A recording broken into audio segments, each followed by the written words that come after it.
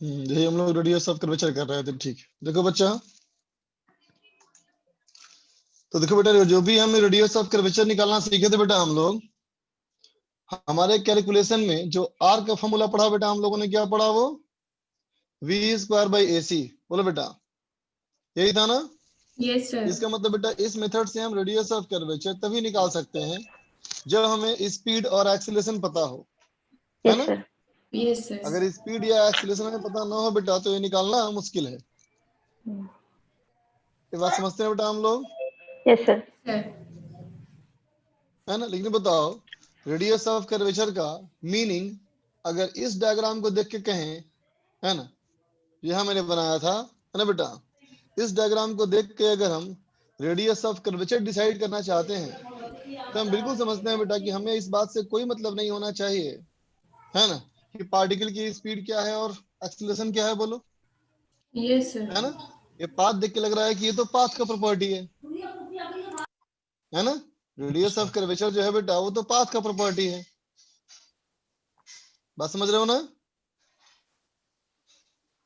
ठीक है, तो देख बेटा, अगर हम कभी ऐसे केस का सामना किए कि हमें ऐसा कुछ दिया हुआ हो बेटा कि if path of the particle is given as, अगर गिवन हो बेटा y फंक्शन ऑफ x, है ना, अगर y फंक्शन ऑफ x का तुम्हें पाथ दिया हुआ हो, है ना, तो कहना then radius of curvature r is equal to, ये होगा बेटा 1 plus dy by D X का square to the power 3/2 divided by d2y by D X square. समझा? ये होता है हमारा फॉर्मूला रेडियस ऑफ कर्वेचर का।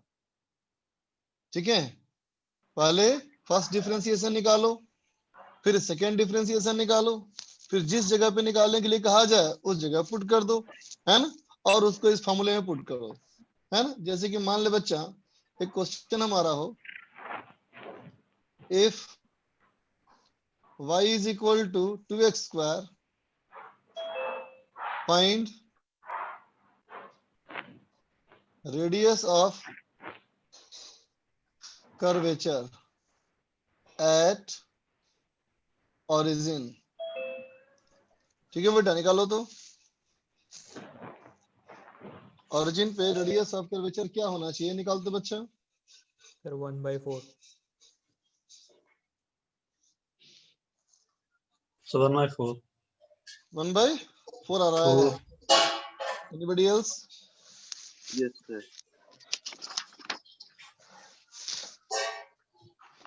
1/4। ठीक बोल रहा है बच्चा, इतनी आएगा ना? Yes sir. Yes, sir. कैसे किया? सबसे पहले dy बाई डी एक्स किया, तो कितना आ जाएगा ये हो जाएगा बच्चा 4x, है ना। और अब d2y by D X square करो, ये हो जाएगा बच्चा 4। तो अगर कहा जाए at x equal to 0 origin पे, तो बेटा dy बाई डी एक्स हमारा 0 हो जाएगा, बोलो, है ना। और d2y by D X square को तो फर्क ही नहीं पड़ता बेटा x की वैल्यू से, है ना।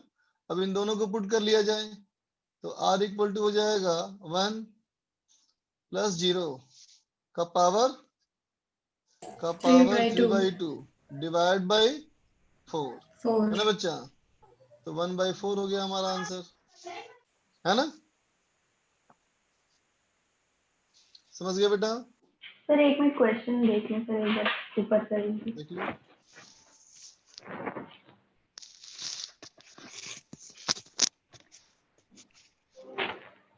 ठीक है सर, हो गया।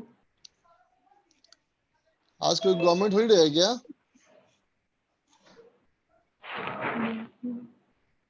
नहीं ना? Yes, sir. पता नहीं ये सर। पर्वत त्योहार तो नहीं है ना आज? तुम्हारे बैच में आज सर, आपने बच्चे कम दिख रहे हैं, 10 बच्चे कम दिख रहे हैं लगभग। क्या सर? हमारे क्लास में आज 10 बच्चे लगभग कम दिख रहे हैं। सर आपने स्टार्टिंग का सर हम्म स्टार्टिंग कहाँ से करी थी नोट से आज? सर वो आज नेट बंद है ना कई जगहों पर। स्टार्टिंग का सर यही यही से किया स्टार्टिंग था है ना? Test.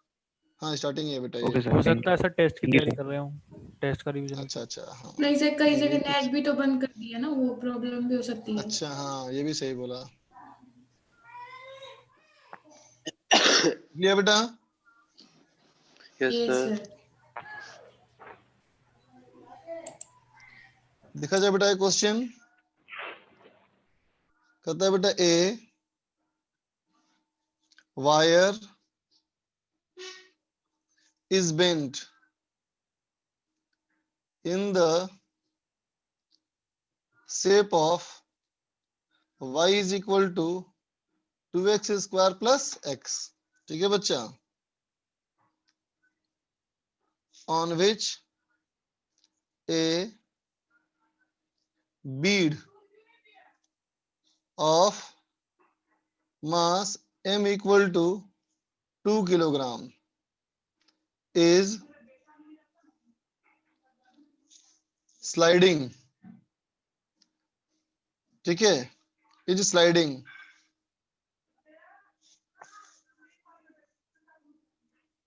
without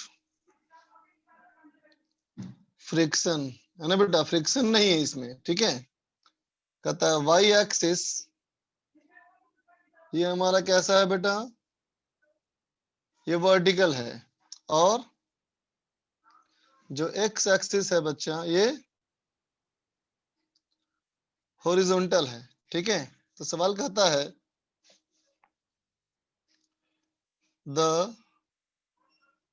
the speed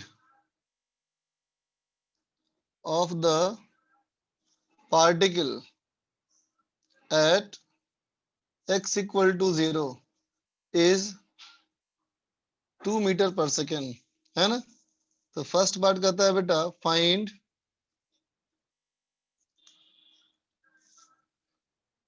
tangential acceleration at this instant. B कहता है बेटा फाइंड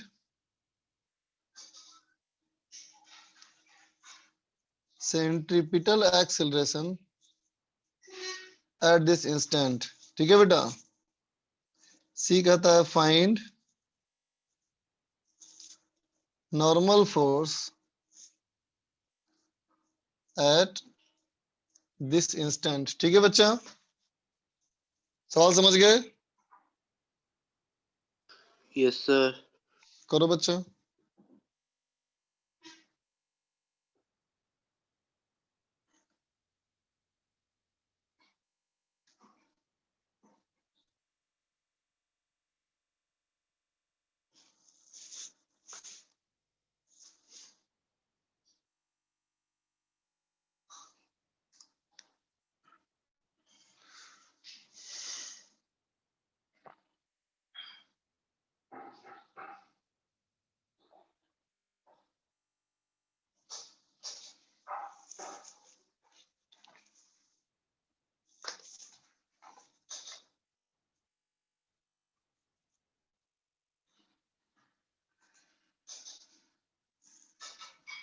तो सर फाइंड सेंट्रीब्यूटल एक्सेलरेशन के बाद क्या लिखा है सर? सेकंड पार्ट में yes sir. Find centripetal acceleration at this instant, मतलब ओरिजिन पे ही उसके निकालना है बेटा।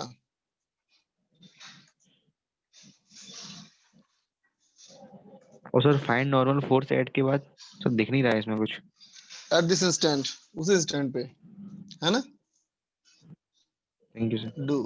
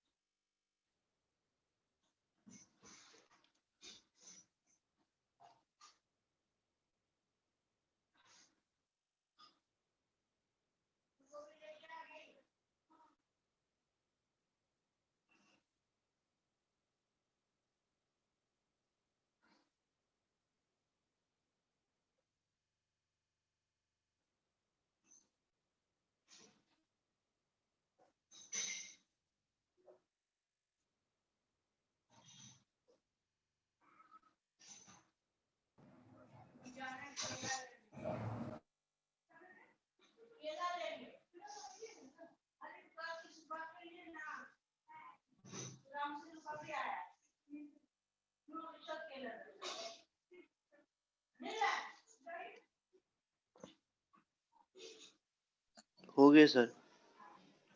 कर लिया try? Yes sir. Yes sir, कर लिया सर। चलो बच्चा मैं देखता हूँ करके। देखो तो बच्चा, हमारा इक्वेशन दिया है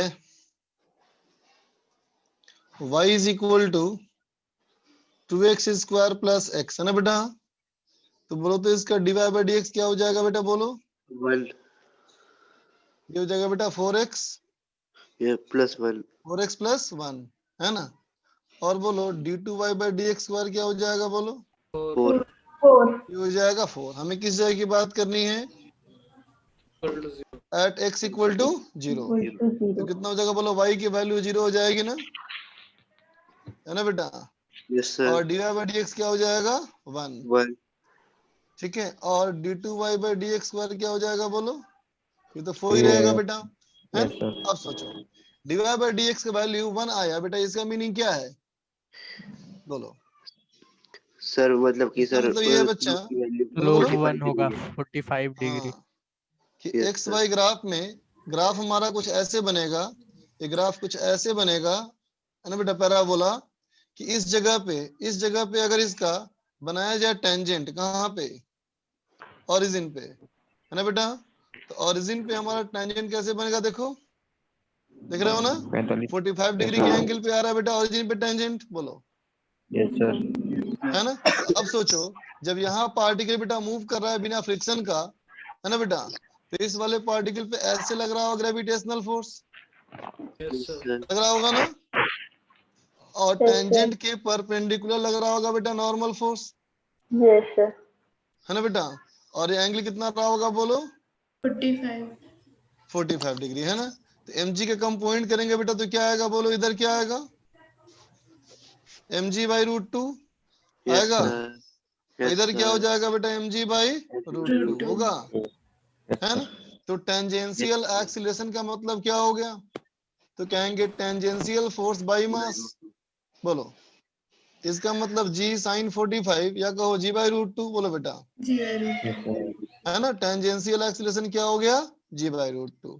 फर्स्ट पार्ट कंप्लीट, है ना बेटा? Yes sir. सेकेंड पार्ट, अब देख बेटा, हमें r निकालना पड़ेगा, आर कितना होता है बेटा बोलो?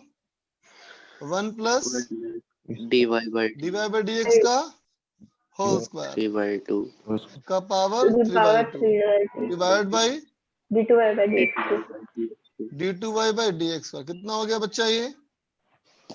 2 का पावर 3 बाई 2 2 रूट 2 yes है ना? sir और ये by 4 4 इसका मतलब बेटा 1 by root 2 metre per second square sorry yes 1 by root 2 metre बोलो बेटा yes sir है ना? meter sorry तो सेंट्रीपिटल एक्सीलरेशन का फॉर्मूला बेटा v square by r v कितना था बेटा बोलो? 2 2 v था हमारा 2 मीटर पर सेकेंड, हाँ 2 मीटर पर सेकेंड। पुट करो तो कितना हो जाएगा बेटा ये? 4√2 4 root 2 metre per second square बोलो। yes sir सेकेंड पार्ट हो गया। थर्ड पार्ट में देखो बेटा इसका जो सेंट्रीपिटल एक्सीलरेशन होगा वो इस तरफ होगा टुवर्ड सेंटर, बोलो बेटा होगा ना?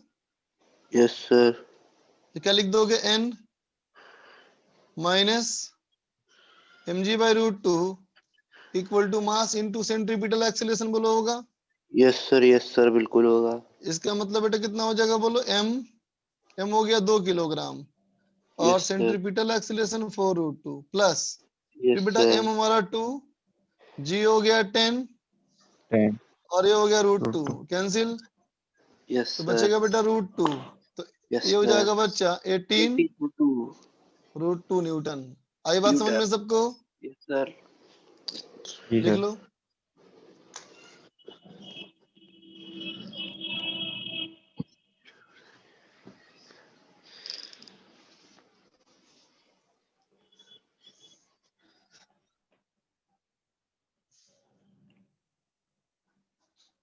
सर स्क्रीन थोड़ी ऊपर स्क्रॉल कर दीजिए।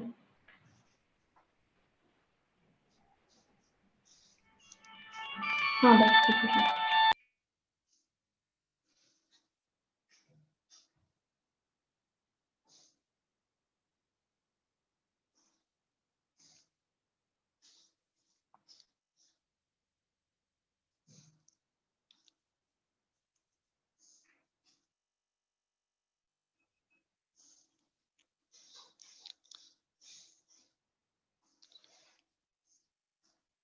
लिख लिया बेटा? नो सर, नीचे हो गया वाला बचा है अभी।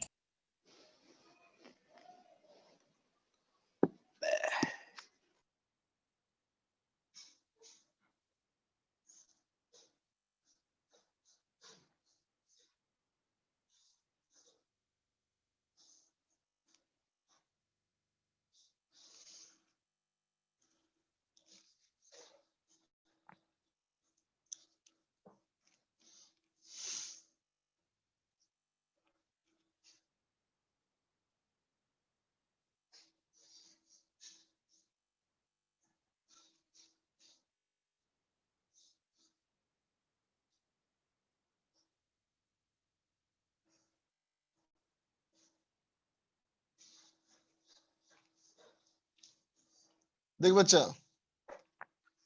Centripetal and centrifugal force. तो देख बेटा सबसे पहले बात करें हम सेंट्रीपिटल फोर्स की, ठीक है? तो देखो बच्चा सेंट्रीपिटल फोर्स के बारे में कहा जाएगा तो हम क्या है सोचेंगे देखना। देखो बच्चा हम कहेंगे मान लो एक पार्टिकल सर्कुलर मोशन में मूव कर रहा है ना बेटा? एक यस कोई सर, पार्टिकल जो हमारा है वो सर्कुलर मोशन में मूव कर रहा है, ठीक है बच्चा? यस सर, ये मान लिया जाए कि ये पार्टिकल का मास हमारा m, ये एक पार्टिकल है बेटा, है ना? ये अभी सर्कुलर मोशन में मूव कर रहा है और अभी हमारी इसकी स्पीड v है, ठीक है? और इसको देखने वाला एक ऑब्जर्वर है बेटा, जो ऑब्जर्वर ग्राउंड पे रेस्ट में है ना? ऑब्जर्वर हमारा क्या होना चाहिए? ग्राउंड पे रेस्ट में, है ना बेटा? बात समझे ना? चलो देखो बेटा ऑब्जर्वर हमारा रेस्ट में हो या ना हो, है ना बेटा? ऑब्जर्वर हमारा रेस्ट में हो या ना हो लेकिन इसका सर्कुलर पाथ देखना मस्ट है। ये बात समझ में आई बेटा?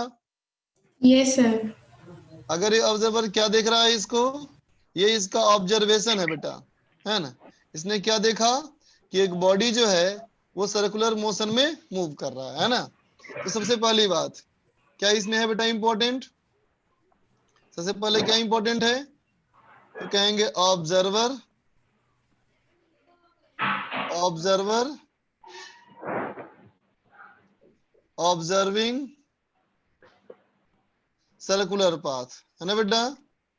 ऑब्जर्वर को कैसा दिखना चाहिए, सर्कुलर पाथ दिखना चाहिए, है ना बेटा। तो ऑब्जर्वर क्या दिखे बेटा, ऑब्जर्वर क्या देखेगा, ऑब्जर्वर क्या देखेगा, is observing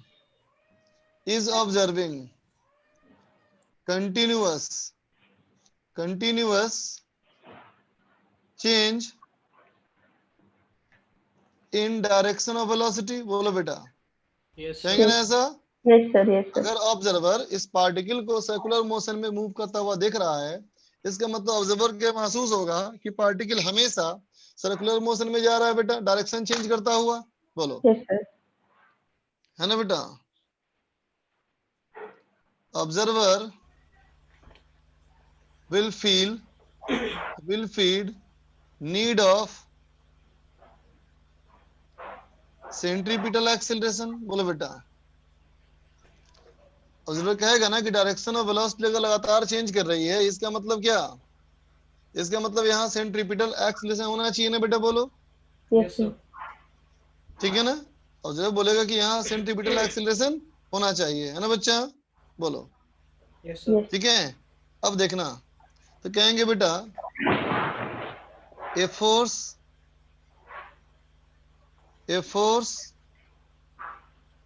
और ए ग्रुप ऑफ फोर्स, एक सिंगल फोर्स बेटा या फोर्स का एक ग्रुप, है ना बेटा।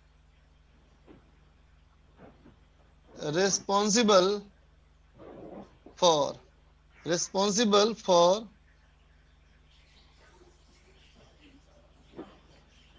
centripetal acceleration is called centripetal force। समझ में आया बेटा। कहेंगे कोई एक अकेला फोर्स या फोर्स का एक ग्रुप, कोई भी एक अकेला फोर्स या फोर्स का एक ग्रुप, है ना, ठीक है, जो सेंट्रीपिटल एक्सीलरेशन के लिए जिम्मेदार है, वही हमारा क्या है बेटा, सेंट्रीपिटल फोर्स है। यहाँ तक बात समझ गए, Centripetal force. Yes, sir. Yes, sir. यहाँ तक बात समझ में आई ना बेटा, है ना। तो देख बेटा, किसी भी फोर्स का नाम सेंट्रीपिटल फोर्स कब पड़ेगा, जब वो क्या हो, सेंट्रीपिटल Centripetal एक्सीलरेशन का acceleration जिम्मेदार हो, जिम्मेदार। है ना बेटा। इस बात का हम बिल्कुल ध्यान रखेंगे कि centripetal force is not a force. फिर से बोलता हूं, सेंट्रीपिटल फोर्स जो है ये कोई इंडिविजुअल फोर्स नहीं है, जैसे कि नॉर्मल, ग्रेविटेशनल, फ्रिक्शनल, ये सब फोर्स नहीं है बेटा। बोलो, Yes, sir. है कि नहीं। उस तरह से सेंट्रीपिटल फोर्स नहीं है। सेंट्रीपिटल फोर्स क्या है, तो कहेंगे फोर्स का एक नेचर है, समझा बेटा, है ना। सेंट्रीपिटल क्या है, सेंट्रीपिटल फोर्स क्या है, फोर्स का एक नेचर है। कोई भी फोर्स, चाहे वो नॉर्मल हो, चाहे वो फ्रिक्शनल हो, चाहे वो ग्रेविटेशनल हो, अगर वो सेंट्रीपिटल एक्सीलरेशन में पार्टिसिपेट कर रहा है तो वो सेंट्रीपिटल फोर्स है। बात समझे बच्चा, Yes, sir. है ना। सेंट्रीपिटल फोर्स फोर्स का एक पदवी है, एक पोस्ट है ना। ये कोई फोर्स नहीं है ना, फोर्स का एक नेचर है। बात समझ में आई बेटा, Yes, sir. है कि नहीं। जैसे मान लो अगर अपने हमारे प्राइम मिनिस्टर मोदी जी हैं, है ना बेटा, तो प्रधानमंत्री एक पोस्ट है बेटा, Yes, है sir. ना? उस जगह पे आदमी कोई भी हो सकता है ना। उसी तरह से सेंट्रीपिटल फोर्स क्या है, एक पोस्ट है, ये फोर्स कोई भी हो सकता है ना। लेकिन बच्चे हम समझते हैं ना, कोई भी काम जो होता है वो कोई पोस्ट नहीं करता, वो कोई आदमी करता Yes, sir. है ना। कोई भी काम होगा तो कहेंगे मोदी जी ने काम किया, ये राइट ना बेटा, ठीक है। उसी तरह से जिसमें कोई भी काम होगा तो क्या कहेंगे, किसी फोर्स का नाम लेंगे हम, है ना। तो हम सेंट्रीपिटल फोर्स को किसी चीज का जिम्मेदार नहीं मानेंगे। सेंट्रीपिटल फोर्स तो एक प्रकृति है, नेचर है ना। जैसे पूछे, मान लो मून जो है अर्थ के चारों तरफ घूम रहा है, किस फोर्स की वजह से, तो क्या बोलोगे, सेंट्रीपिटल फोर्स, नहीं नहीं, कभी नहीं बोलेंगे। क्या बोलेंगे बोलो? ग्रेविटेशनल ग्रेविटेशनल फोर्स, है ना बेटा।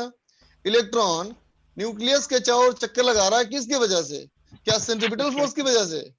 Electrostatic force. इलेक्ट्रोस्टैटिक है ना बच्चा? ये बात समझा ना? Yes, sir. लिख लिया इसको, नो सर नहीं लिखो। No, sir.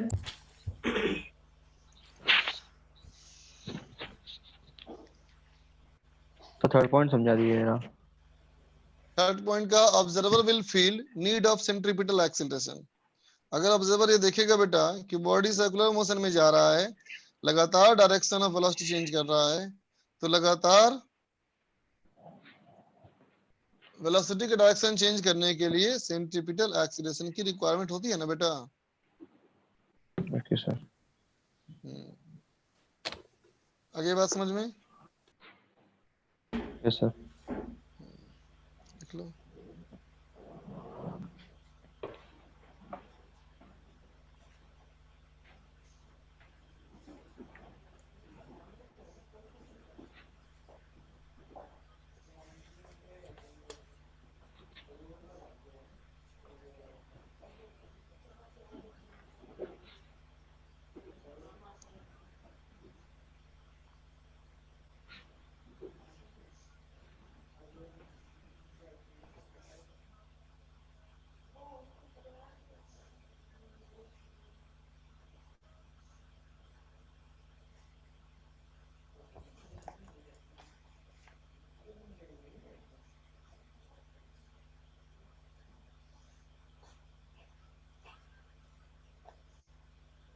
हो गया सर? हो गया बच्चा? Yes, sir. तो देखो बेटा, मान लिया जाए उसी पार्टिकल का, इस वाले पार्टिकल का जो कि v स्पीड से जा रहा था, है ना बेटा, इसी का अगर एफबीडी बनाया जाए, है ना, तो मान लो ये पार्टिकल यहाँ पे था ना बेटा, अगर ऑब्जर्वर ने इसका एफबीडी बनाया, ठीक है, और क्या पाया? उसने पाया बेटा कि इस पे ऐसे एक फोर्स लग रहा है P, है ना बेटा, ऐसे एक फोर्स लग रहा है Q, ठीक है बच्चा, ऐसे एक फोर्स लग रहा है R, और ऐसे एक फोर्स लग रहा है S। उसने क्या देखा कि इस बॉडी पे 4 फोर्सेस लग रहे हैं, है ना, और इस पाथ का जो सेंटर है बेटा वो यहाँ सेंटर है ना। तो ऑब्जर्वर क्या बोलेगा बेटा? ये बोलेगा ऑब्जर्वर कि इसमें इधर होना चाहिए सेंट्रीपिटल एक्सीलरेशन, होना चाहिए ना? Yes, sir. Yes, sir. अगर मान लिया जाए कि ये एंगल हमारा हिटा है बेटा, है ना, तो बताओ सेंटर की तरफ, सेंटर के डायरेक्शन में रिजल्टेंट फोर्स कितना है बोलो? Q plus R तो cos क्या R cos कहोगे? theta Q plus R cos theta Q plus R R cos cos theta R cos theta minus minus S minus S. बराबर mass into centripetal Yes, acceleration, yes sir. ना बेटा, Yes. Yes और sir. यही value क्या हो गई? mv square by r। बोलो, Yes, है sir. ना बच्चा? बोलो, बोलेंगे ना? Yes, sir. देखो बेटा, यहाँ से जो यहाँ तक लिखा हम लोगों ने, जो यहाँ से लेके यहाँ तक लिखा ना बेटा, बोलो, ठीक है, यही हमारा क्या है? यही हमारा है सेंट्रीपिटल फोर्स। Centripetal force. बात समझे? है ना? Yes. कहेंगे ये हमारा है बच्चा सेंट्रीपिटल फोर्स, ठीक है। और सेंट्रीपिटल फोर्स की वैल्यू कितनी होती है? तो कहेंगे वैल्यू होती है mv स्क्वायर बाई r। समझ में आया आ गया बेटा? Sir. Centripetal force mv square by r नहीं है, सेंट्रीपिटल फोर्स कितना है? q plus r cos theta minus s। आगे बात समझ में? आ गया सर. ठीक है बच्चा, सर बोलो। सर जैसे हम लोग मतलब बहुत बेसिक डेफिनेशन जब पढ़ते थे सेंट्रीपिटल फोर्स की, तो उसमें उससे सेंटर सीकिंग फोर्स बताते थे। अब यहाँ पे जो एस है वो तो मतलब सेंटर सीकिंग तो नहीं है, वो तो अपोजिट साइड पे, फिर भी उसको हम बिल्कुल लोग सही बात, बिल्कुल सही बात। आगे बोलो। फिर भी हम उसको मतलब उसकी इक्वेशन में सेंट्रीपिटल क्योंकि फोर्स बच्चा में देखो, हम लोग हमेशा यही मानते हैं, वेक्टर में, वेक्टर पढ़ने का मीनिंग ही नहीं होता है बेटा कि अगर कोई x डायरेक्शन में है और उसका वैल्यू +2 है ना बेटा, हाँ हाँ और कोई दूसरा वैल्यू जो नेगेटिव x में है और उसकी वैल्यू भी हाँ 2 है, तो उस हाँ नेगेटिव वाले x को भी हम वो मान सकते हैं पॉजिटिव में with the value of -2। Yes sir yes sir. बात समझ में आई? जो s यस बाहर सर की तरफ है उसको भी कर दिया सेंटर की तरफ और बोल दिया यस -s। माइनस एस कर समझे? ठीक है सर ठीक है, चलो अब इसमें आ जाओ बेटा, सेंट्रीफ्यूगल फोर्स में। ठीक है, अब सुनना ध्यान से। देख बेटा, सेंट्रीफ्यूगल फोर्स जो है ना, इसके लिए सबसे इंपॉर्टेंट बात, इसके लिए सबसे इंपॉर्टेंट बात क्या बच्चा, कि ये रोटेटिंग फ्रेम ऑफ रेफरेंस की चीज है। समझा बेटा? रोटेटिंग फ्रेम ऑफ रेफरेंस की चीज है। समझ गया? फ्रेम नहीं ऑफ सर। रेफरेंस कैसा? रोटेट करते वाला। फ्रेम ऑफ रेफरेंस क्या? रोटेट करने वाला, है ना बेटा? और रोटेटिंग फ्रेम ऑफ रेफरेंस जो हमारा होता है बेटा, है ना, ठीक है, ये ट्रांसलेटिंग फ्रेम ऑफ रेफरेंस से बिल्कुल अलग होता है। समझ गए बेटा? है ना? Is different than translating frame of reference. समझा बच्चा? जैसे कि स्यूडो फोर्स वगैरह तुम पढ़े थे ना, बोलो, yes sir. Pseudo Yes, force sir. वगैरह पढ़े थे ना Yes, तुम? sir.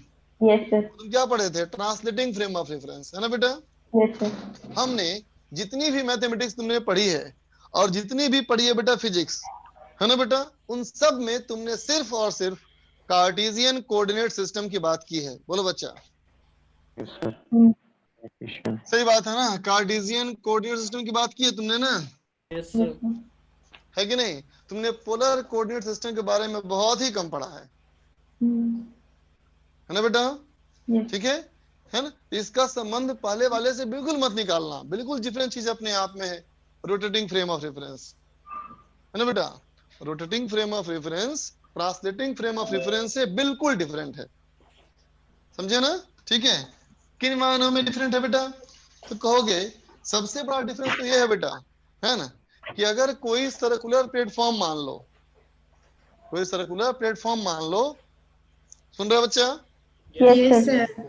Yes circular sir. Platform किसी खास एक्सिस के बोर्ड घूम रहा होता है बेटा, Yes, sir. बोलो, है कि नहीं? वो सर्कुलर प्लेटफॉर्म अगर किसी भी खास एक्सिस के बोर्ड घूम रहा हो, तो उस सर्कुलर फ्रेम ऑफ रेफरेंस में, है ना बेटा, ऑब्जर्वर चाहे जहां कहीं भी हो, है कि नहीं?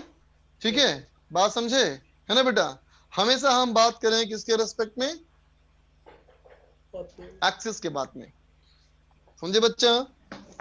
हमारी बात किसकी होगी हमेशा? बोलो, किसके रेस्पेक्ट में? एक्सिस के एक्सिस के रेस्पेक्ट में। जैसे मान लो, Sir. अगर रुक जाओ, वेट करो, इमेजिन करो कि मान लो बेटा एक डिस्क है, बहुत बड़ा एक डिस्क है, ठीक है बच्चा? एक डिस्क है ना? ये डिस्क जो है बेटा किसी खास एक्सिस के अबाउट, किसी खास एक्सिस के अबाउट घूम रहा है, किसी खास एक्सिस के अबाउट घूम रहा है, ऐसे घूम रहा है। समझे बच्चा? ठीक है। अब यहाँ पे ऑब्जर्वर, अब यहाँ बेटा ऑब्जर्वर जो हमारा हो, ठीक है, ये ऑब्जर्वर इस जगह पे खड़ा हो, है ना, या इस जगह पे खड़ा हो, है ना बेटा, या एकदम किनारे में खड़ा हो, या फिर सेंटर पे खड़ा हो। समझे बेटा? ठीक है। ये सारे ऑब्जर्वर क्या हैं? तो कहेंगे ये सारे ऑब्जर्वर आइडेंटिकल्स हैं। All observer are identical. समझ में आई बेटा बात? ठीक है। इसका Yes, sir. फैसला तुम मैथमेटिक्स से नहीं कर पाओगे, क्योंकि तुमने पोलर की मैथमेटिक्स बहुत कम पढ़ी है ना? इसका ऑब्जर्वेशन तुम देख के कर पाओगे। ठीक है। जैसे कि मान लो कब तुमने उस पर झूला है बेटा, जब देखा होगा मेले वगैरह में, है ना, एक झूला होता है जो गोल गोल घूमता है हमेशा, उसमें देखे होगे कि सेंटर से अलग अलग पॉइंट पे अलग अलग टाइप का शेप बना होता है, हाथी घोड़ा बना होता है ना? Yes, sir. उससे बच्चे बैठते हैं और घूमते हैं। बोलो, Yes, sir. ठीक है। Yes, sir. तुम पाओगे कि वो हाथी घोड़ा जो सेंटर से अलग अलग दूरी पे है ना, तुम कहीं भी बैठ जाओ उसमें, तुम कहीं भी बैठ जाओ, तुमको बाहर की दुनिया वैसे ही घूमते हुए महसूस होगी। बोलो, Hmm. सर। करेक्ट? Yes, होती है ना sir. ऐसा? Yes, sir. हर चीज लगता है बाहर वाली उल्टी घूम रही है। बोलो, है ना बेटा? तो सेंट्रीफ्यूगल फोर्स में ध्यान रखेंगे हम लोग कि यहाँ फ्रेम ऑफ रेफरेंस कैसा है बच्चा, और रोटेटिंग फ्रेम ऑफ रेफरेंस, है ना? ठीक है। और इसमें ऑब्जर्वर चाहे कहीं भी रहो, है ना बेटा, हमेशा हम किसके रेस्पेक्ट में काम करेंगे? एक्सिस के रेस्पेक्ट में, है ना? Hmm. ये सारे ऑब्जर्वर क्या है बच्चा? आइडेंटिकल है ना? ठीक है। And calculation are done, calculation are made with respect to axis. इतनी बात दिमाग में गई यस है सर ना? ठीक है, ये बातें समझनी नहीं है, बिल्कुल समझनी नहीं है, ये बातें याद करनी है। इसको समझने की कोशिश करोगे बहुत तकलीफ होगी, है ना? याद करोगे तो फायदे में रहोगे, क्योंकि समझने के लिए इसके लिए और करनी पड़ेगी मैथमेटिक्स, जाना पड़ेगा मुझे पोलर कोऑर्डिनेट सिस्टम में, उसके लिए करना पड़ेगा डिफरेंशिएशन इंटीग्रेशन, वो झमेला तुम्हारे लिए काम है, इसलिए याद करो इस चीज को। ठीक है बच्चा, यहां तक बात गई दिमाग में?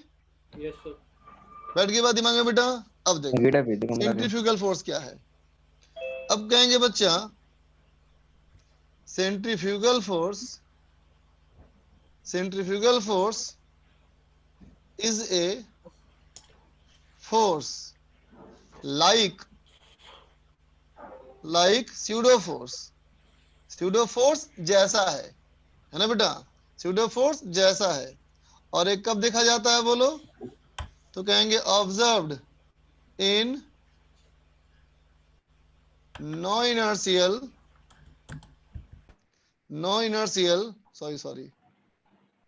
observed in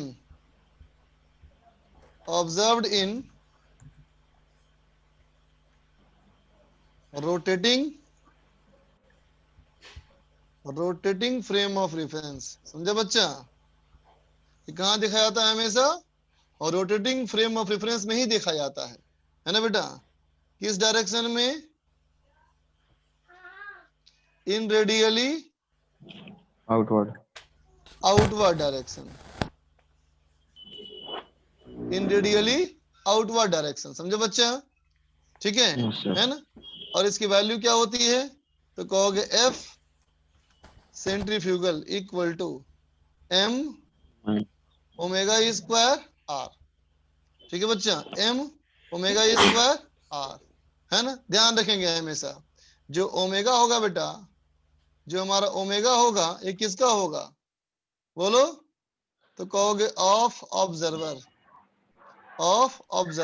समझा बेटा? और आर क्या है? तो कहोगे ऑफ पार्टिकल, है ना बेटा? ऑफ पार्टिकल कहां से?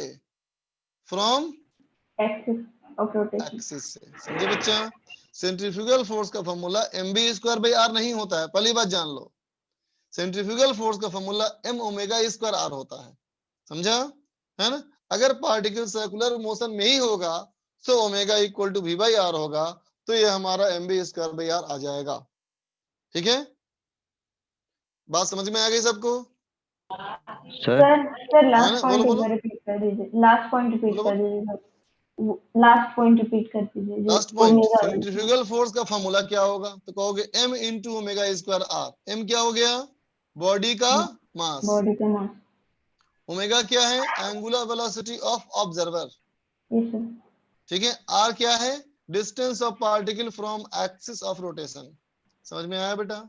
Yes sir. ठीक है, और स्पेशली बोल दूं बेटा मैं, ये जो मैंने बताया तुम्हें अभी सेंट्रीफ्यूगल फोर्स, ठीक है, ये जो मैंने बताया सेंट्रीपिटल Yes, sir. फोर्स, इस कॉन्सेप्ट पे अडिग रहना, एकदम अडिग रहना, चाहे कोई कुछ भी बोले, क्योंकि इसका कॉन्सेप्ट 80% बुक्स में गलत दिया होता है। बात समझे?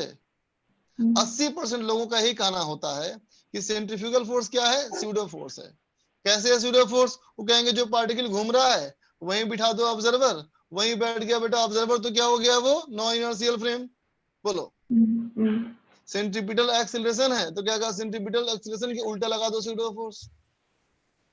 ठीक है, बात समझा? लेकिन ये बेटा एग्जैक्टली नहीं है, एकदम नहीं है। बात समझ में आई? जो मैंने कहा इस पे एकदम अडिग रहना। ठीक है, इसका बेसिक कॉन्सेप्ट तुमको नहीं पता है और ना तुमको हम बताएंगे बेटा। ठीक है, लेकिन ये चीजों को, इस चीज को एकदम तुम अडिग रहना, जो मैंने बताया ये सारे पॉइंट को इस्तेमाल करना। नहीं करोगे तो कुछ खास क्वेश्चन है पक्का फंसोगे, 100% फंसोगे। ऐसे पढ़ोगे जैसे बताया मैंने तो फिर कभी नहीं फंसोगे सवालों में। इस बात को ध्यान रखना, सेंट्रीफ्यूगल फोर्स स्पेशल चीज है और रोटेटिंग फ्रेम ऑफ रेफरेंस का चीज है। ठीक है, ये ट्रांसलेटिंग फ्रेम ऑफ रेफरेंस से डिफरेंट है ना? ठीक है, हम क्यों नहीं कर सकते एनालाइज? क्योंकि ये पोलर कोऑर्डिनेट सिस्टम का चीज है जो हम लोगों ने बहुत कम पढ़ा है। ठीक है बेटा, है ना। तीसरी बात, अगर रोटेटिंग फ्रेम में ऑब्जर्वर चाहे कहीं भी पड़ा हो, सारे ऑब्जर्वर एक जैसा ही होता है ना, लेकिन सारा कैलकुलेशन हम लोग किसके रेस्पेक्ट में करते हैं बच्चा? एक्सिस के रेस्पेक्ट में। Axis. समझे बच्चा? ठीक Yes, है। sir. सेंट्रीफ्यूगल फोर्स एक फोर्स है, स्यूडो फोर्स जैसा है लेकिन एग्जैक्ट स्यूडो फोर्स नहीं है। ठीक है बच्चा, तभी ने कहा लाइक स्यूडो फोर्स। मैंने क्यों नहीं कहा centrifugal force is pseudo force? नहीं कहा ना। ये क्या कहा मैंने? Centrifugal force is like pseudo force. ठीक है। ये कब देखा जाता है? जब रोटेटिंग फ्रेम ऑफ रेफरेंस हो, जब ऑब्जर्वर घूम रहा हो। ठीक है बेटा। और कैसे लगाएंगे? हमेशा रेडियली आउटवर्ड Really लगाएंगे। outward. ठीक है। और वैल्यू कितनी होगी? m omega square into R. ठीक है। मैं इसको स्ट्रेस देके बोल रहा हूं कि ये पॉइंट बहुत इंपॉर्टेंट है और इस पे एकदम अडिग रहना है, किसी व्यक्ति की बात नहीं माननी है, सिर्फ यही बात माननी है बेटा। ठीक है ना, लिख लो इसको।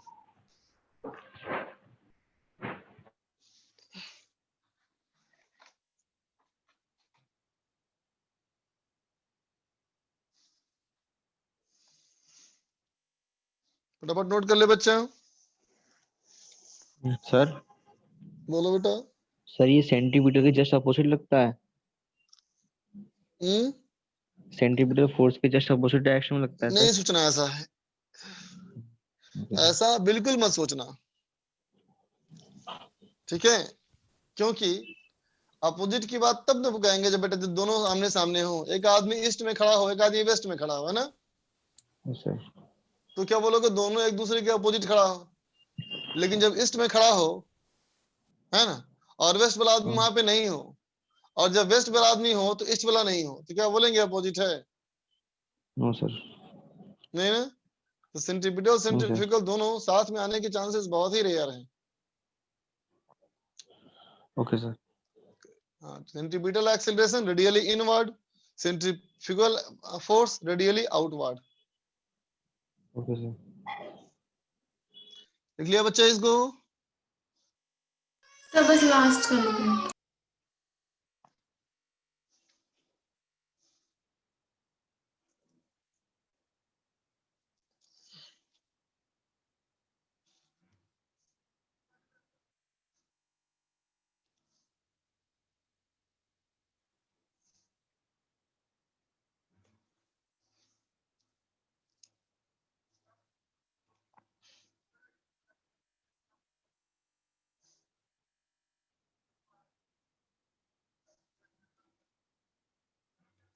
देखो बच्चा, एक डिस्क हो, डिस्क हमारा अपने सेंटर के अबाउट ऐसे घूम रहा है ना बेटा।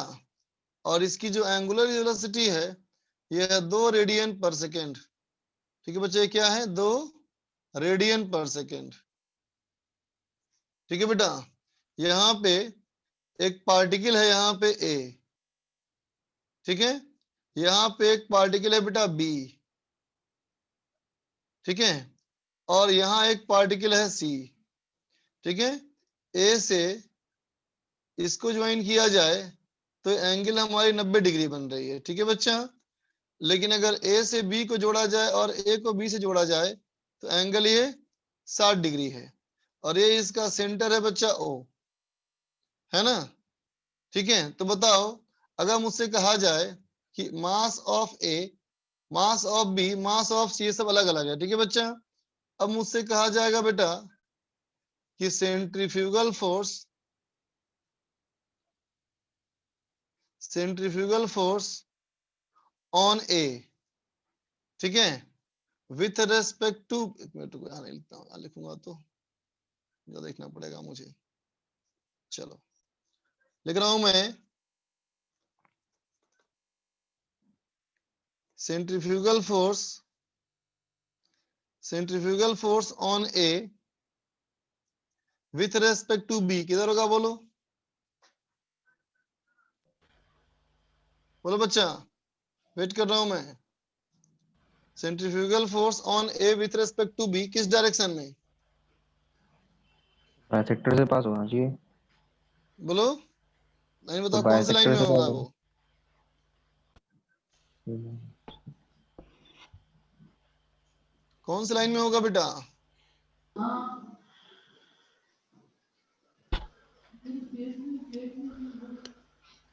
A, किधर लगता है सेंट्रीफ्यूगल फोर्स? पढ़ो यहाँ। ए और बी के सेंटर से पास किधर लगता है हमेशा? Radially outward, radially outward. R कहाँ से नापते हो? सेंटर से। सेंटर ऑफ सेंटर से नापते हो, है ना बेटा? ओमेगा किसका लेते हो? ऑब्जर्वर ऑब्जर्वर का। बोलो क्या लिखेंगे? तो कहेंगे मास ऑफ ए, ओमेगा सबका सेम ही है, इनटू ओ से ए वेक्टर। बोलो बेटा, बोलेंगे? ओ से ए का जो वेक्टर है वो वेक्टर होगा वो, यस सर, यस सर, ठीक है। अब मैं कहूं centrifugal force on A with respect to C, क्या होगा? बोलो। Mass omega of mass of O A B vector plus A B omega vector, square omega square into, O B vector plus OP vector. B vector. अरे यार ओए vector ही होगा, OA कैसे भूल जाते हो? क्या कहा था मैंने? यहाँ लिखवाया था, बोलो कि सारे ऑब्जर्वर एक जैसे होते हैं, लिखवाया था मैंने, यस सर। Yes sir. है ना? यस सर, ठीक है। अब चलो, अब मैं कहूं centrifugal force on on B with respect to A, बोलो कैसा होगा? Radially outward, M B MB omega MB square omega square omega OB square OB vector. OB OB OB vector. Vector, ठीक है।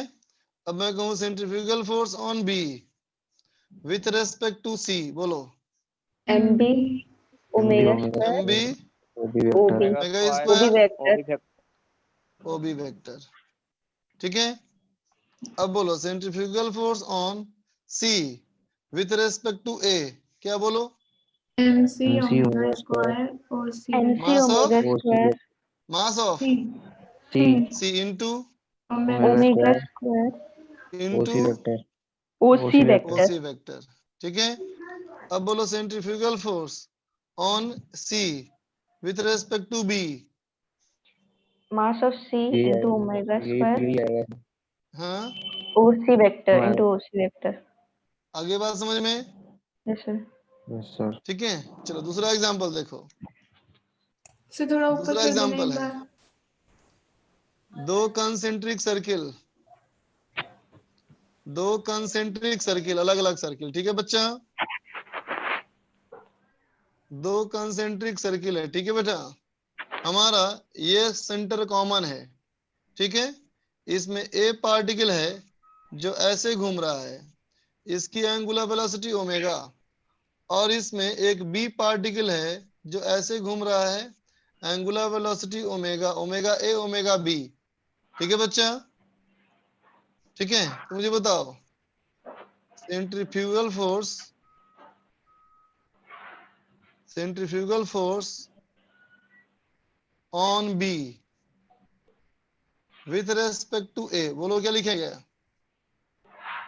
MB एमबी ओमेगा एमबी हमारा है। Omega square बोलो बोलो। MB mass of M B omega square O mass of B MB omega A, MB MB omega square. Omega किसका? Trial version. Sir A का omega किसका?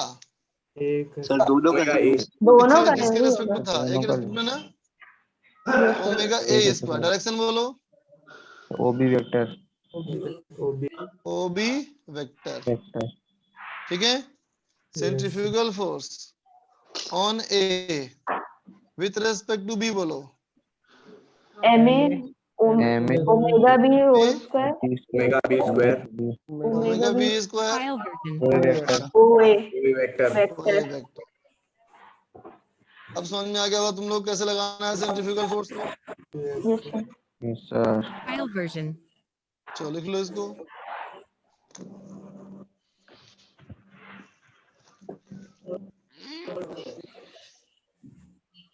Trial version.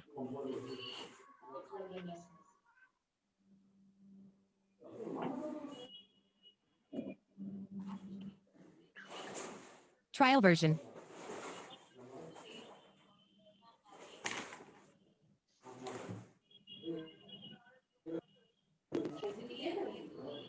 Trial version. ये कौन trial version इस्तेमाल कर रहा है इतना भाई? और ट्रायल वर्जन क्या इस्तेमाल कर रहा है तुम जी? Trial version. फिर ट्रायल वर्जन। शिवम शर्मा, तुम कौन सा Yes, ट्रायल sir. वर्जन इस्तेमाल कर रहा है? सर मैं नहीं हूँ सर, कोई बोल के माइक ऑफ कर देता है सर। अच्छा, कोई बोल के माइक ऑफ कर दे रहा मेरे है। Yes sir, yes sir. Sir मैं माइक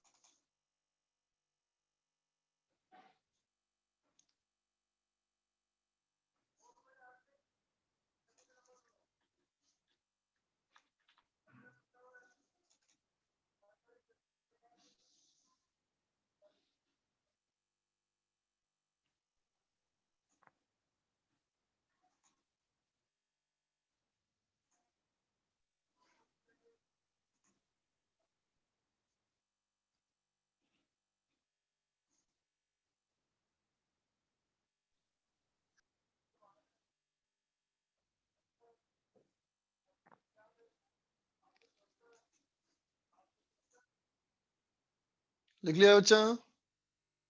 यस सर, थोड़ा ऊपर कर दीजिए। नहीं सर, रुको थोड़ा। ऊपर कर दूँ? सर थोड़ा ऊपर।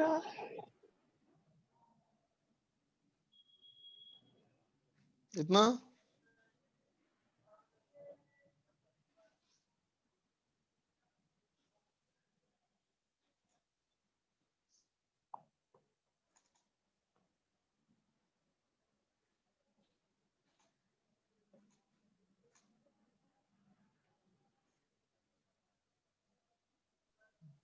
सर इन पर एफबीडी बना सकते हैं क्या? क्या? एफबीडी बना सकते हैं? किसकी बड़ी बानी है? सर मतलब सेंट्रीफ्यूगल, मतलब सर हेलो, एफबीडी बना के सेंट्रीफ्यूगल फोर्स निकालना हो तो? एफबीडी बना के सेंट्रीफ्यूगल फोर्स निकालना हो? ये कितना घटिया बात तुम बोला यार। हाँ, जब मैं बोल रहा हूँ सेंट्रीफ्यूगल फोर्स जो है वो स्यूडो फोर्स जैसा है, इसका मतलब नॉन रियल फोर्स है ये। और जब नॉन रियल फोर्स तो कैसे निकालोगे एफबीडी बना के, बताओ तो? ये सूडो फोर्स लगा के नहीं करना है ना, मैंने तुम जिद पे अड़ जाओगे, जो मना किया तुमको वही करना है, तो फिर हम क्या बोले बेटा? इस बात पे अड़ जाते हो कि जो मैंने मना किया तुमको वही करना है, तो मैं क्या बोलूं बताओ इसमें? मैंने कहा तो उस तरीके से नहीं सोचना है। Okay sir.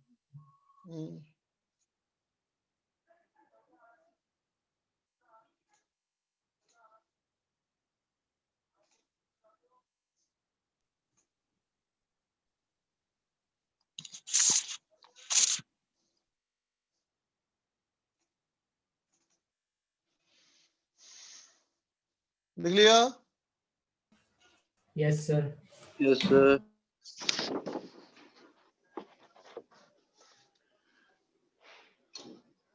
देख बच्चा, क्वेश्चन देख एक।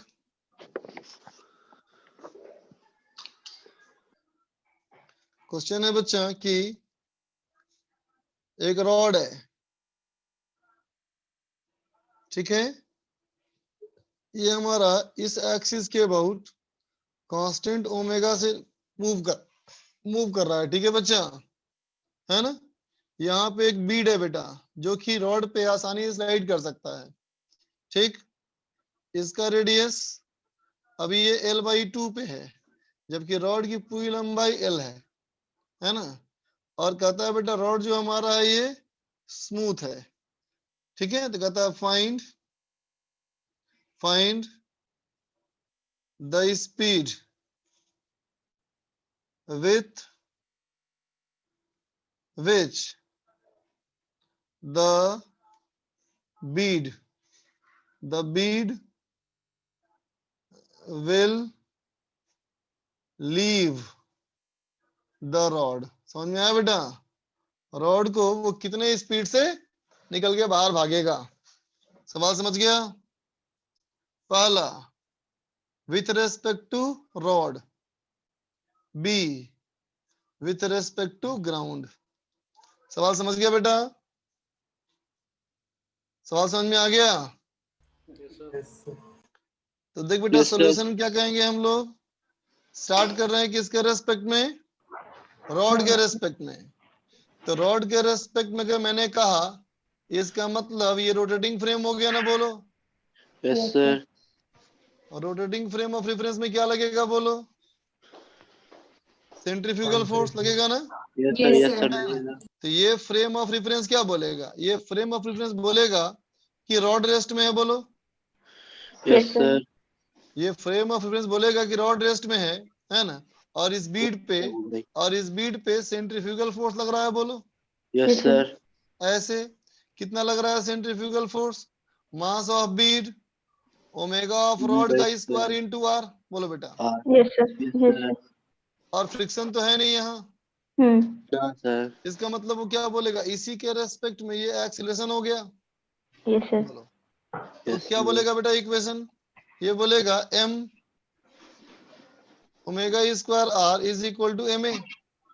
एम तो कट गया, तो एक्सीलरेशन कितना बोलेगा बच्चा? वो omega square omega square R. अब बोलो जैसे जैसे आगे बढ़ेगा वैसे वैसे क्या होगा? ये ओमेगा सेम रहेगा, बदलेगा? सर सेम रहेगा। आर बदलेगा ना बेटा? आर बदलेगा। आर बदलेगा ना। तो क्या लिख देंगे इसको हम लोग? वी डी वी बाई लिखेंगे बेटा, is equal to omega square R. इसका मतलब V D V equal to omega square R D R होगा बेटा। Yes sir. 0 से v और ये l बाई 2 से l, है ना। तो कितना हो जाएगा? v square by 2 is equal to omega square by 2 into l square minus l square by 4, बोलो बेटा होगा। बिल्कुल सर। इसका मतलब v कितना हो गया? देखो v इक्वल टू हो गया √3 ओमेगा l बाई 2, बोलो बेटा होगा। Yes sir. सर ये तुमने किसके रेस्पेक्ट में निकाला तुमने? रॉड के। रॉड के रेस्पेक्ट में ना। फर्स्ट पार्ट हो गया। Yes sir. अब कहता है विथ रेस्पेक्ट टू ग्राउंड। तो देखो बेटा विथ रेस्पेक्ट टू ग्राउंड है ना। अब तुम क्या सोचोगे कि देखो ये रहा रॉड, बोलो बेटा रॉड का ये वाला पॉइंट, बोलो बेटा रॉड का खुद का पॉइंट का इस पॉइंट का स्पीड क्या होगा? ओमेगा एल होगा बच्चा। रॉड के खुद ही इस पॉइंट का स्पीड होगा बेटा ओमेगा एल। और इस रॉड के रेस्पेक्ट में velocity of bead with respect to rod, ये कितना आया? रेडियली आउटवर्ड, बोलो √3 ओमेगा एल बाई 2 आया बेटा। Yes sir. है तो क्या कहोगे? Velocity of bead with respect to rod is equal to velocity of bead minus velocity of rod, बोल बेटा। इसका मतलब वेलोसिटी ऑफ बीड क्या हो जाएगा बताओ? Velocity of bead with respect to rod vector plus velocity of rod होगा बेटा। Yes sir. इसका मतलब क्या हो गया? ये हो गया √3 omega L by 2 I cap plus omega L J cap. इसका मतलब वेलोसिटी ऑफ बीट का magnitude omega L common square करो 3/4 प्लस 1। इसका मतलब √7/2 ओमेगा एल। बात समझ में आई सबको? Yes sir. है ना बेटा? नोट कर लो।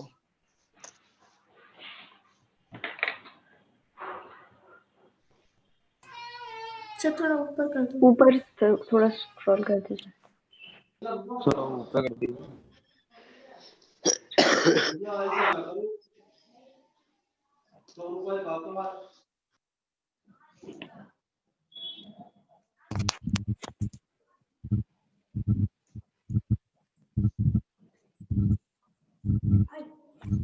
This is you have a number.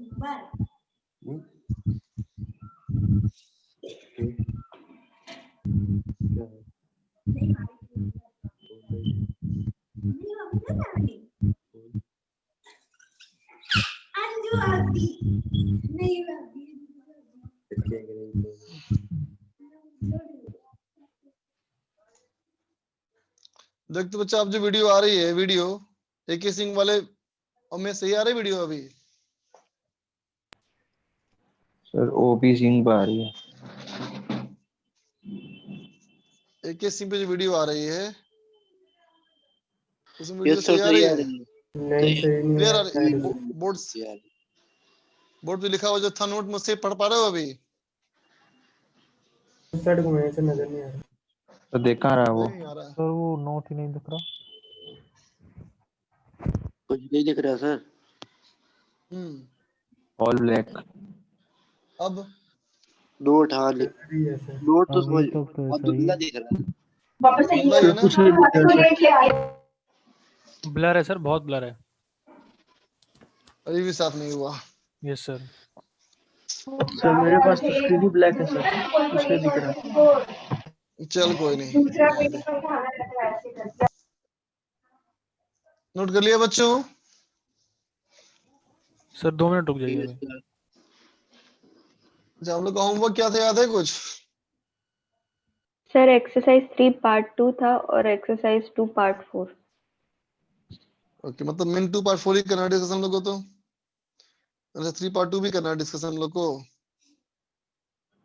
Yes sir. Yes sir. ठीक है, ओके सर आज करेंगे ये होमवर्क डिस्कस? करते हैं। सर हमने तो करा नहीं, चलिए सर कर दिया। नहीं किया क्या? ना सर, नहीं करा सर। सर हो गया। हाँ सर। तो ड्रॉप करें क्या डिस्कशन आज, बोलो बच्चों? सर आज कर दिए सर। कर दूं डिस्कस? सर कर लीजिए डिस्कस। ठीक है, चलो फिर करते हैं डिस्कस बेटा। चलिए ठीक है सर। कैपेसिटेंस।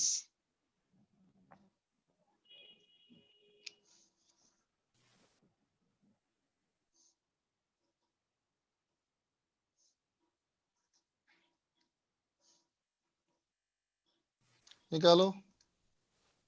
Hello sir. हाँ बोल बेटा। सर वो लास्ट वाली लाइन एक रह गई थी उतारने से। लिख लो। 1 मिनट बस। सर थोड़ा सा ऊपर कर दिए सर, थोड़ा सा ऊपर। Okay sir, okay sir. Sir ज्यादा कर दिया।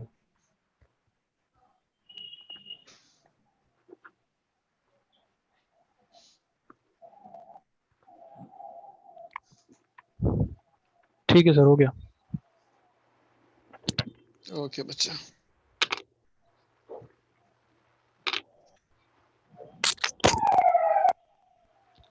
Exercise 2 part 4 3 part 2। ठीक है, तो पहले आ जाए 2 पार्ट 4 में। बोलो, फर्स्ट हो गया बेटा?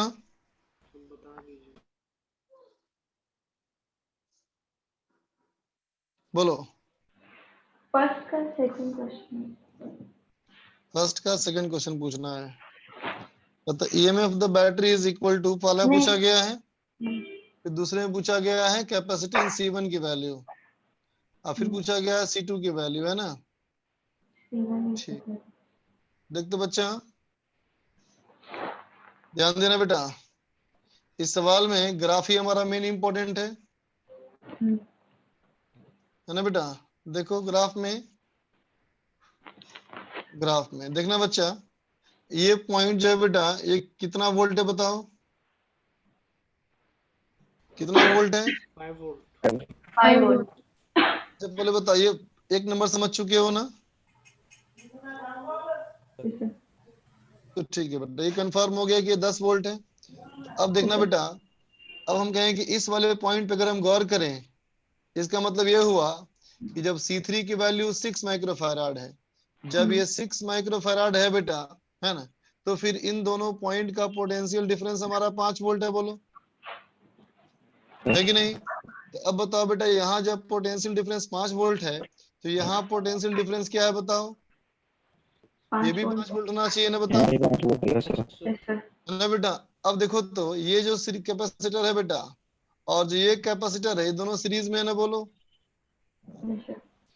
अगर दोनों सीरीज में है बेटा और फिर भी इनका पोटेंशियल डिफरेंस सेम है, इसका मतलब दोनों का कैपेसिटेंस सेम होना चाहिए। Yes sir. बोलो, इसका मतलब C1 इज इक्वल टू कितना हो जाएगा? 6 प्लस C2, बोलो बेटा इक्वेशन नंबर 1। Yes sir. ये बात समझ में आई बच्चा? Yes sir. ये बात क्लियर है ना? ठीक है, अब चलो, अब यहाँ देखो बेटा, अब ये वाला पॉइंट देखो। अच्छा ये वाला पॉइंट आ जाओ, इसमें क्या है बेटा बोलो? 2 C3 हमारा 0 है। Yes sir. C3 अगर हमारा 0 है ना बेटा, इसका मतलब इसे बिल्कुल चार्ज नहीं गया, बोलो। Yes sir. C3 0 है बेटा, इसका मतलब कैपेसिटेंस 0 मतलब कोई चार्ज नहीं गया ना इसमें। जब कोई चार्ज नहीं गया तो फिर हमारा कितना है बताओ? ये 2 वोल्ट है ना, बोलो। Yes sir. तो फिर यहाँ कितना होना चाहिए? 8। 8 वोल्ट। Yes sir. वो सीरीज में है, फिर भी ये क्या है बेटा, है ना? अब दोनों सीरीज में बेटा, तो दोनों का चार्ज सेम होना चाहिए ना।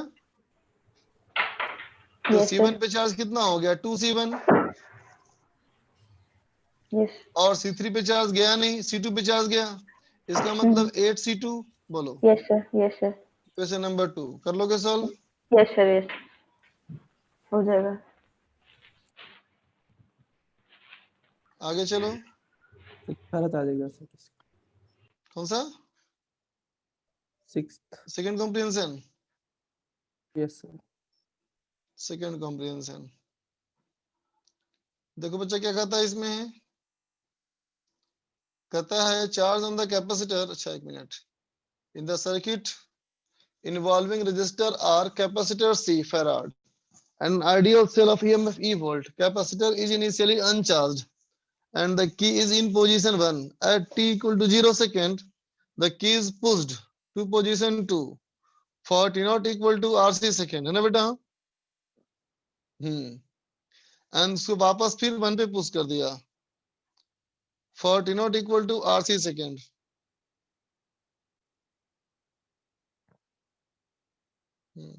अच्छा पहले पोजीशन में लगा हुआ था ना, पहले पोजीशन में लगा हुआ था, है ना? फिर पोजीशन 2 में शिफ्ट किया t बराबर 0 पे। ठीक, तो देखो बेटा, 0 से लेकर के RC समय तक सर्किट कैसा है देखो।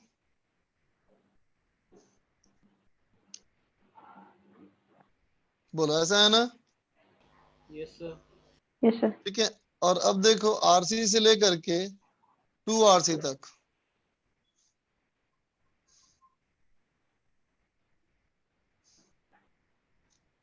ऐसा है बेटा, यस सर। Yes sir. है ना? तो फर्स्ट वाले में चार्जिंग हुआ बेटा, बोल। Yes sir. फर्स्ट में चार्जिंग है ना, तो एक टाइम कांस्टेंट में कितना होता है चार्ज? तो कहोगे Q होगा, यहाँ पे होना चाहिए Q इक्वल टू Q1 मान लिया मैंने उसको, तो कहो Q नॉट हो गया बेटा C into 1 minus 1 by E, बोलो बेटा होगा e to the power minus t by tau, तो e power yes minus sir. 1 हो जाएगा ना। यस ठीक सर। है, अब देख बेटा ये तो डिस्चार्जिंग होगा ना। Yes sir. डिस्चार्जिंग वाला शुरुआत जो होगा वो शुरुआत कहाँ से होगी? Q1 से होगा। Q1 e to the power minus t by tau, ये भी माइनस 1 हो गया। यस इसका मतलब CE into 1 minus E into फिर 1 बाई E, बोलो बेटा। तो 4 नंबर का आंसर क्या हो गया बताओ?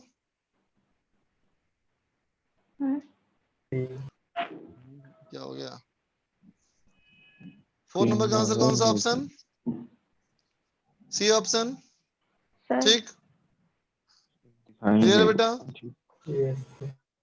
सर लास्ट हाँ पॉइंट थोड़ा बोलो। सा कम क्लियर है, लास्ट पॉइंट क्लियर नहीं है जो अभी ये आप वाला Q2 वाला।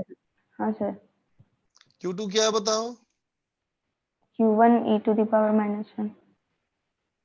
Q2 निकाला क्या? इस समय का चार्ज Q2 है, यस सर। यस और Q1 क्या है? इस समय का चार्ज Q1 है, यस सर। और ये RC और ये RC भी ना है बेटा, बोलो यस सर। है ना? Yes sir same. तो RC से लेकर 2RC में कितना समय होता है? RC। टाइम कांस्टेंट भी ना हो गया, बोलो। Yes sir. यस। तो डिस्चार्जिंग का इक्वेशन क्या लिखते हैं? Q naught e to the power minus T by tau. Yes sir. अब देखो पांचवा में, the current through resistor at t equal to 1.5 RC। t equal to 1.5 RC बोला ना बेटा, तो 1.5 RC का मतलब क्या हो गया Q3 में? डिस्चार्जिंग शुरू हो चुका है, बोलो। Yes sir. डिस्चार्जिंग शुरू हो चुका है, तो क्या equation Q1 of e to the power minus T upon tau, बोलो, है ना? Yes sir. और टाइम कितना मिला बताओ, डिस्चार्जिंग को कितना समय मिला, इसको देख के बताओ। Tau by 2। टो बाई 2 है बेटा, इसका मतलब कितना हो गया ये? Q1 तो हमारा हो गया CE 1 माइनस 1 बाई ई, और e to the power minus half, तो 1 बाई रूट ई हो जाएगा ना, बोलो। Yes sir. कौन सा आंसर? डी वाला। डी वाला ऑप्शन। अब देखो 6 में, variation of charge on the capacitor with time. बोलो बेटा, बार बार चार्ज करेंगे, बार बार चार्ज करेंगे तो पहला ऑप्शन क्या कहता है कि हमेशा उसी लेवल तक चार्ज होगा, हमेशा उसी लेवल तक चार्ज होगा, तो गलत ना है बेटा, बोलो। जब चार्ज करोगे बेटा तो लेवल बढ़ेगी ना, बोलो। Yes sir. खुद बताओ, क्या यहाँ से लेके यहाँ तक का टाइम और यहाँ से लेके यहाँ तक का टाइम सेम है? दिख रहा है तुमको सेम? बोलो। ये रेड लाइन और ब्लू लाइन की लंबाई सेम हो सकती है कभी? No sir. जबकि सवाल में क्या कहा था कि चार्जिंग का साइन टाइम और डिस्चार्जिंग का टाइम तो सेम था ना, आरसी आरसी। Yes sir. ये तो गलत है पक्का, है ना? ये भी गलत ही, ये भी सेम दिखा रहा है कि वहीं तक जा रहा है लेवल, है ना? Yes sir. दूसरे ऑप्शन का भी मैक्सिमम लेवल सेम ही दिखा रहा है ना, ये गलत ना बच्चा। इसके मतलब या तो आंसर सी होगा या तो डी होगा। अब देखो, चार्जिंग का ग्राफ कैसे था, याद करो, यू था ना, यस सर। और डिस्चार्जिंग में ग्राफ कैसा था, याद करो, ऐसा था। पी की तरफ था। तो बोलो कौन सा भी होना चाहिए ऑप्शन? जी सर, सी ऊपर होगा ना वाला। बेटा, बोलो। डी नहीं होगा, यस डी सर। नहीं होगा ना। आगे चलो, एक्सरसाइज 3 पार्ट 2 में आ जाओ,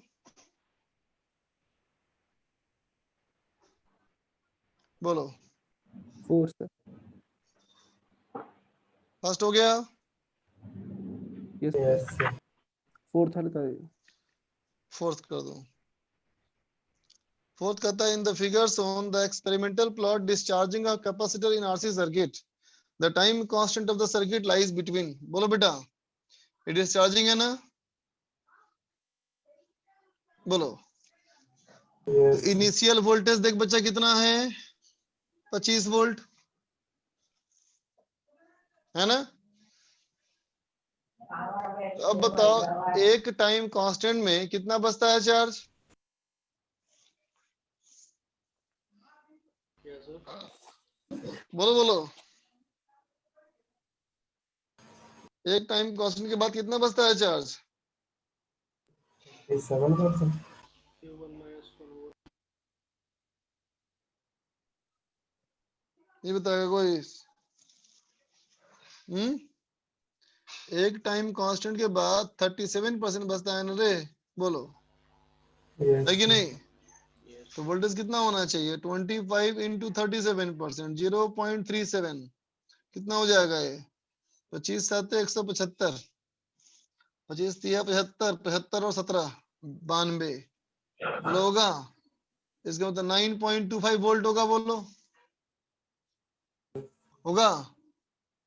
तो 9.25 कहाँ आएगा देखो अब, तो कहोगे 10 वाले से हल्का सा कम, है ना? तो 10 वाले से हल्का सा कम पे जाओ, 10 वाले से हल्का सा कम पे जाओ, तो यहाँ कहीं आओगे बेटा, बोलो,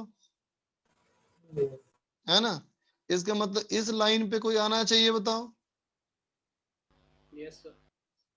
है कि नहीं? तो क्या कहेंगे आंसर? 100 से 150, समझ गए? मेरा आगे ऊपर चलो, कर दीजिए।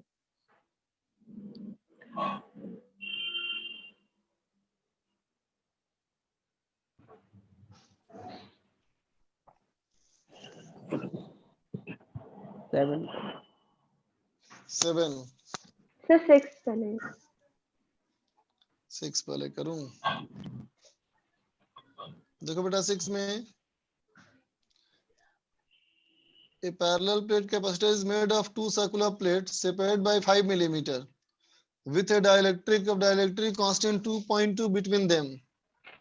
When the electric field dielectric इतना volt per meter, charge density on the positive plate will be close to. कहता है पॉजिटिव प्लेट पे चार्ज का डेंसिटी क्या होगा।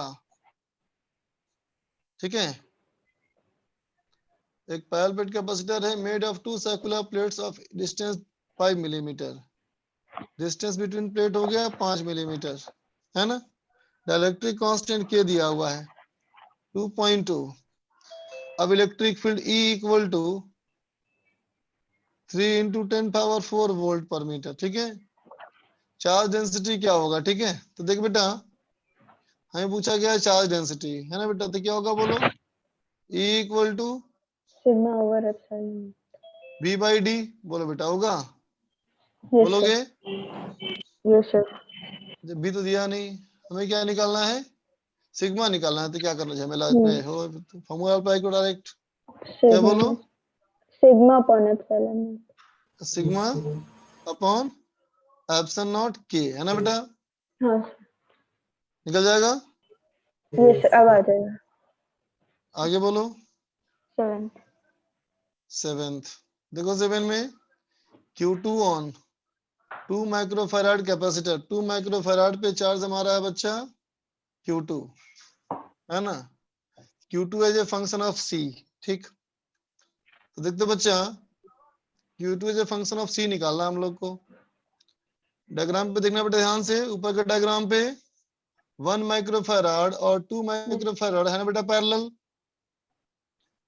Yes sir. बोलो, तो पोटेंशियल डिफरेंस सेम होगा। Yes sir. इसका मतलब इस पे अगर चार्ज Q2 है तो उस पे चार्ज होना चाहिए Q2/2। Yes sir. तो फिर इस पे चार्ज होना चाहिए 3Q2/2। बोलो बेटा, होना चाहिए। Yes sir. यस। तो बताओ इस कैपेसिटर का कितना पोटेंशियल डिफरेंस, बोलो 3Q2/2C यस सर। प्लस, अब बोलो इसका कितना डिफरेंस होना चाहिए, E माइनस बोलो बोलो 3Q2/2C होना चाहिए। Q2 इक्वल टू क्या होना चाहिए, E। होगा बच्चा। इसका मतलब Q2 कॉमन ले लो, क्या बच जाएगा बेटा 2CE डिवाइड बाई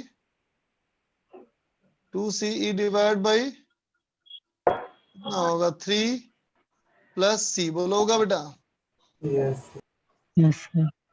क्लियर। इसको ऐसे बोल सकते हैं बेटा 2E divide by 3/C plus 1। Yes sir. तो बोलो C बढ़ेगा तो क्या होगा, Q2 की वैल्यू घटेगी बढ़ेगी बेटा, बोलो बढ़ेगी ना। बढ़ेगी बढ़ेगी। Yes sir. इसका मतलब ये गलत ऑप्शन है। बोलो बोलो, यस सर। ये भी गलत ऑप्शन है।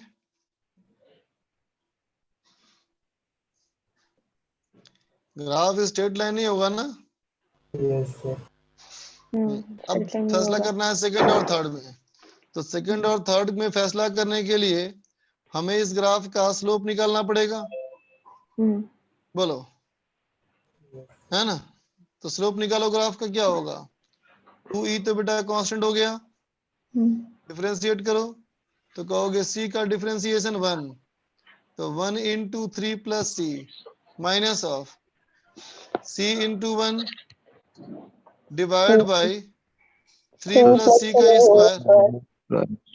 तो कितना बचा 3/3 प्लस C का स्क्वायर इंटू 2E। बोल बेटा, तो बताओ क्या होगा, C बढ़ेगा तो स्लोप क्या होगा, घटेगा ना। बोलो, घटता हुआ स्लोप कौन सा है, सर सेकंड वाला। घटता हुआ स्लोप सेकंड है, समझ गए। Yes sir. आगे चलो। सर एक मिनट तो स्क्रीनशॉट ऊपर ले कर लें दिया, पिछले वाले स्क्रीनशॉट का। लेना था। थोड़ा हाँ बस ठीक है। Done sir. आगे चलो।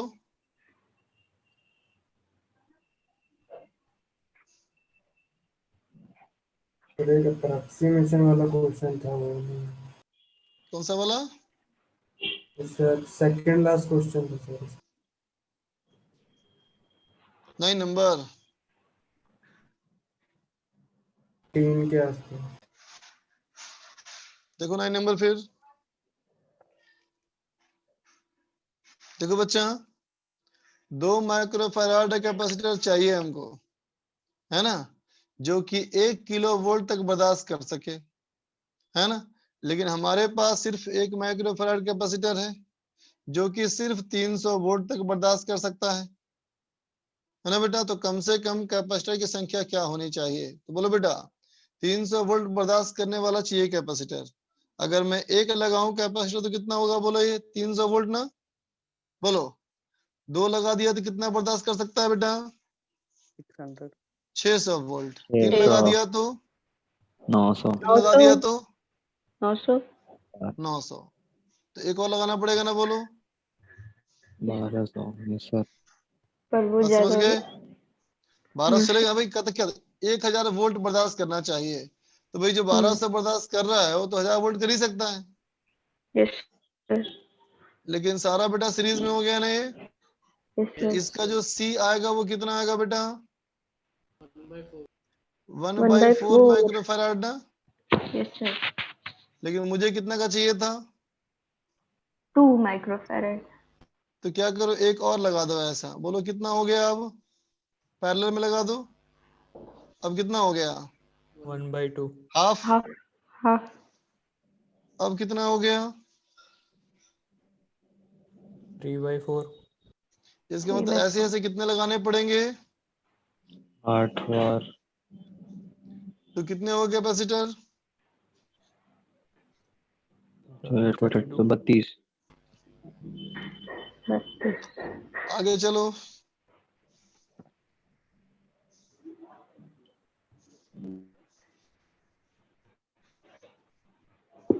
14 से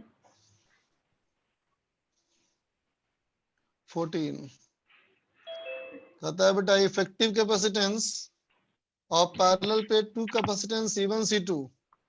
कहता है C1 C2 2 कैपेसिटेंस है ना बेटा। इन दोनों का इफेक्टिव कैपेसिटेंस हमारा 10 माइक्रोफैराड है ना, जब लगाया गया पैरेलल में। इसका मतलब C1 plus C2 equal to 10। बोलो ठीक है। अब कहता है when these capacitors are individually connected to a voltage source of 1 volt, the energy stored in the C2 is 4 times that of C1। क्या लिखा है? दूसरे वाले कैपेसिटेंस पहले वाले का 4 गुना है। इसका मतलब half C2 into V square equal to 4 into half C1 into V square. Voltage same था ना बेटा? बोलो। Yes sir. यस इसका मतलब क्या हो गया? C2 equal to 4C1। Equation number 2। तो कहता है इफेक्टिव कैपेसिटेंस, अगर कहता है अगर इसको सीरीज में जोड़ देंगे तो कैपेसिटेंस क्या होगा? कितना सिंपल सवाल है बच्चा। C1 C2 निकाल लो, फिर सीरीज में जोड़ दो इसको। Okay sir. और बोलो खत्म हो गया अब तो। चलो फिर आगे का होमवर्क। आगे का होमवर्क में इसमें एक्सरसाइज 1 पूरा हो चुका है। बोलो यस सर। वो और एक्सरसाइज 2 में क्या क्या बचा है? सर पार्ट 2 बचा है। है न्यूमेरिकल। पार्ट 2 बचा है। और 3 में पार्ट 1 बचा है। तो चलो पहले एक्सरसाइज 2 पार्ट 2 कर लो, ठीक है। यही हमारा होमवर्क है, एक्सरसाइज 2 पार्ट 2 करो। सर चलो बच्चों bye bye. Sir. Bye sir. Sir. और